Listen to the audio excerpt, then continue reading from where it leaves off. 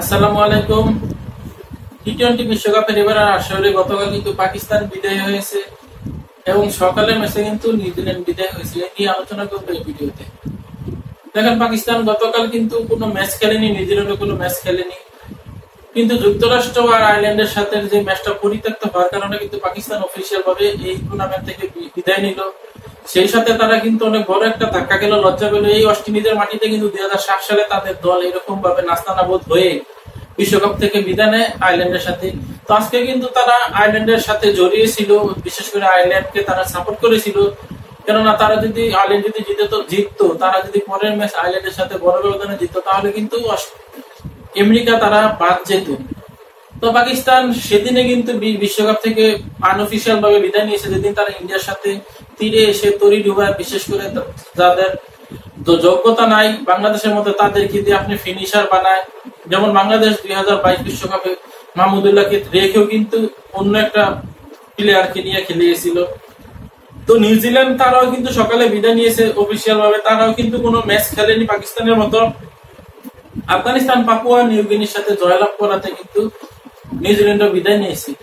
তো আরেকটা জিনিসও কিন্তু এদিকে জড়িয়ে আছে ইংল্যান্ডের লাস্ট ম্যাচ আমরা জানি নামিবিয়ার সাথে, তাদের ম্যাচ কিন্তু আগে। তো তাদের ম্যাচ নামিবিয়ার সাথে আগে, আর অস্ট্রেলিয়া স্কটল্যান্ডের ম্যাচটা পরে। তো ইংল্যান্ড কত রান নিবে, কত রানে উইকেটে জয়লাভ করবে, সেটার উপরে কিন্তু ডিপেন্ড করবে। নামিবিয়ার সাথে ইংল্যান্ড কত ব্যবধানে জয়লাভ করে, সেটার উপরে কিন্তু ডিপেন্ড করবে স্কটল্যান্ড অস্ট্রেলিয়াকে কত রানে হারাতে পারে সেটার উপরে। যদি অস্ট্রেলিয়ার স্কটল্যান্ডের ম্যাচটা যদি বৃষ্টির কারণে পরিত্যক্ত হয় আজকে আমেরিকা ও যুক্তরাষ্ট্রের ম্যাচের মতো, তখন কিন্তু ইংল্যান্ড জয়লাভ করে কোনো কাজ আসবে না।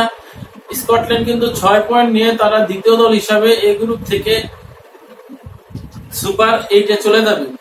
তো এই তিনটা দলের এবারে এত ভরাডুবির কারণ কিন্তু একটা আছে, কারণ রিসেন্টলি কিন্তু পাকিস্তান আর ইংল্যান্ডের মাটিতে বিশ্বকাপের প্রস্তুতিটা সারে সিরিজ খেলে।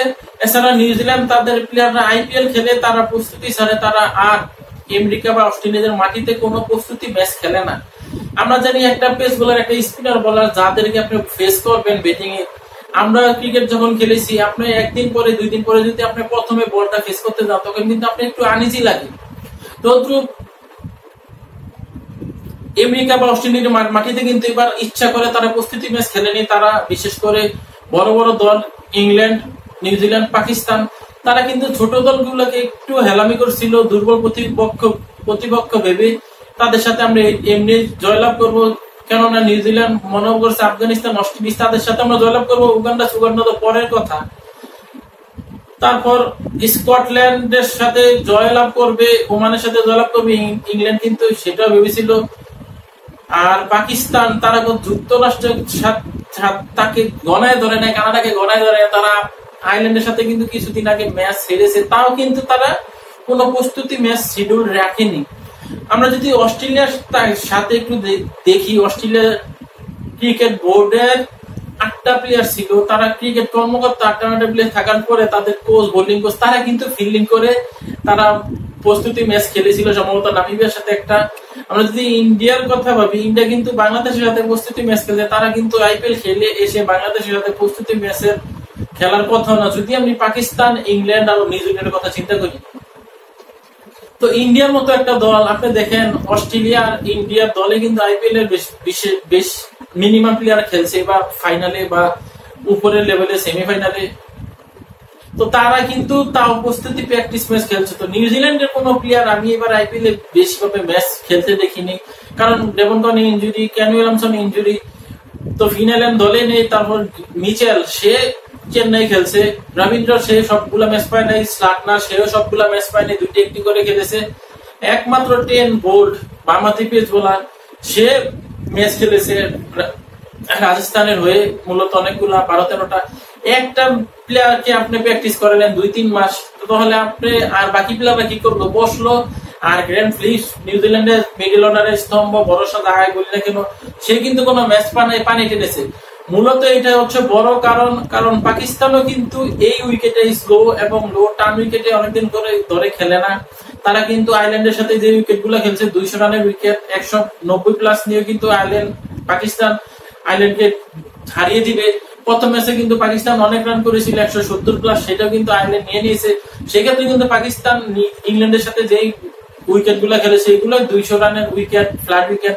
তারা কিন্তু স্লো এবং লো টাইম উইকেটে খেলেনি। তারা যদি একটা জিনিস মাথায় রাখতে যে ওয়েস্ট ইন্ডিজের এই উইকেটে কিন্তু আমরা 2007 সালে ওয়ানডে বিশ্বকাপে আয়ারল্যান্ডের সাথে হেরে গ্রুপ পর্ব থেকে বিদায় নিয়েছিলাম, সেটা কিন্তু তারা মাথায় রাখেনি। তারা কিন্তু দুর্বল প্রতিপক্ষ ভেবে তারা কিন্তু এই কাজটা করেছে। তারা যদি শক্ত বা ভালো প্রতিপক্ষ ভাবতো, তারা কানাডা, ওয়েস্ট ইন্ডিজ বা আমেরিকা, আমেরিকা মহাদেশের কোন একটা দলের সাথে তারা সিরিজ খেলতো, না হলে তারা আমেরিকার মাটিতে ইংল্যান্ডের সাথে সিরিজটা খেললেও পারতো। আমরা জানি এরকম সিরিজ কিন্তু আমেরিকার মাটিতে তারা চাইলে খেলতে পারতো, ওয়েস্ট ইন্ডিজের মাটিতে চাইলে খেলতে পারতো দল, বা আয়ারল্যান্ডের সাথে যদি পাকিস্তান খেলতো আমেরিকার মাটিতে বা অস্ট্রেলিয়ার মাটিতে, তারা কিন্তু সেই কন্ডিশনটা বুঝতে পারতো। তো কন্ডিশনের অভাবে কিন্তু পাকিস্তান, নিউজিল্যান্ড আর ইংল্যান্ডের এই ভরাডুবি। কারণ ইংল্যান্ড দেখেন অস্ট্রেলিয়ার সাথে যেই ম্যাচটা তারা খেলেছে লাস্ট অলমোস্ট 7 ওভারে তারা 70 রান প্লাস করেছে। তো 200 রানের টার্গেট, 203 রানের টার্গেট, এটা কিন্তু ইংল্যান্ডের জন্য বেশি আহামরি ছিল না। তাদের কিন্তু তখন 10 উইকেট ছিল, 13 ওভারে 130 রানের মতো দরকার ছিল। তো যখন Jos Buttler, Phil Salt, Will Jack out হয়ে গেল, তারা কিন্তু রিসেন্টলি আইপিএল এ ম্যাচ খেলে গেছে, ম্যাচের মধ্যে রানের মধ্যে আছে। কিন্তু জনি বেস্টা আউট হওয়ার পরে কিন্তু হ্যারি বুকস সে কিন্তু ছিল, সে কিন্তু থেকে লাস্ট অপরাজিত থেকে কিন্তু এই উইকেটে হিট করতে পারেনি। মূলত প্র্যাকটিসের অভাবে সেটা আমরা দেখছি। একটি শটও সে ভালোভাবে খেলতে, একটি শট খেলতে গিয়েছিল বিক্স ফ্ল্যাট 6, সে কিন্তু এটা ক্যাচ দেয়। তো এরকম উইকেটে যদি আপনি হ্যারি বুক বা লিয়াম লিভিংস্টন তারা যদি প্র্যাকটিস করতো, বা মঈন আলী কিন্তু এইসব উইকেটে মানিয়ে নিতে পারে, বা উইল জ্যাক, তারা কিন্তু এইসব উইকেটে খেলে অভ্যস্ত না। আমরা জানি উইল জ্যাক, ফিল শল্ট, তারা কিন্তু আইপিএল এর আগে পিসিএল খেলে গেছে, ভালো ফর্মে তারা আছে, রিদমে ছিল।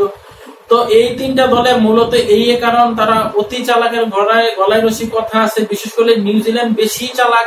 তারা কিন্তু লাস্টে যতগুলো ওয়ানডে বা টি20 বিশ্বকাপ হয়েছে বা টেস্ট চ্যাম্পিয়নশিপ হয়েছে, তারা কিন্তু সেমিফাইনাল, ফাইনাল থাকতে অবশ্যই থাকতো। তো তাদের এই দলটা এত ভরাডুবি কেন হলো? ওয়েস্ট ইন্ডিজ বা আফগানিস্তান তুলনামূলক কিন্তু তাদের থেকে দুর্বল প্রতিপক্ষ। তো আফগানিস্তানের সাথে যদি নিউজিল্যান্ড হারতো একটা কম ব্যবধানে বা কাছাকাছি হারতো, তাদের সাথে কিন্তু মাত্র 74 রান অল আউট হয়ে গেছে। তো ওয়েস্ট ইন্ডিজের মতো দলকেও তারা গণে ধরে নাই, কারণ ওয়েস্ট ইন্ডিজ কিন্তু রিসেন্টলি সাউথ আফ্রিকার সাথে সিরিজ জয় করছে। তো তখনই কিন্তু নিউজিল্যান্ডের একটু আগে আসার দরকার ছিল বিশ্বকাপে, তখন কিন্তু তারা কোনো সিরিজ খেলেনি। সবচেয়ে বেশি এই জন্য বলছি নিউজিল্যান্ডের সমস্যা। পাকিস্তান আর ইংল্যান্ড কিন্তু একটা দ্বিপাক্ষিক সিরিজ খেলেছিল, 4 ম্যাচের টি20 সিরিজ, আর নিউজিল্যান্ড কিন্তু কোনো সিরিজ খেলেনি। তারা ঘুমিয়ে ঘুমিয়ে স্বপ্নে দেখেছে বিশ্বকাপ নিতে আসছে। তো তাদের এই পরিকল্পনা বিহীন এর কারণে কিন্তু তারা এরকম অবস্থা, দুরবস্থা। তো আজকের মতো বিদায় নিচ্ছি। এআই শরীফ খেলার গল্প। আল্লাহ হাফেজ।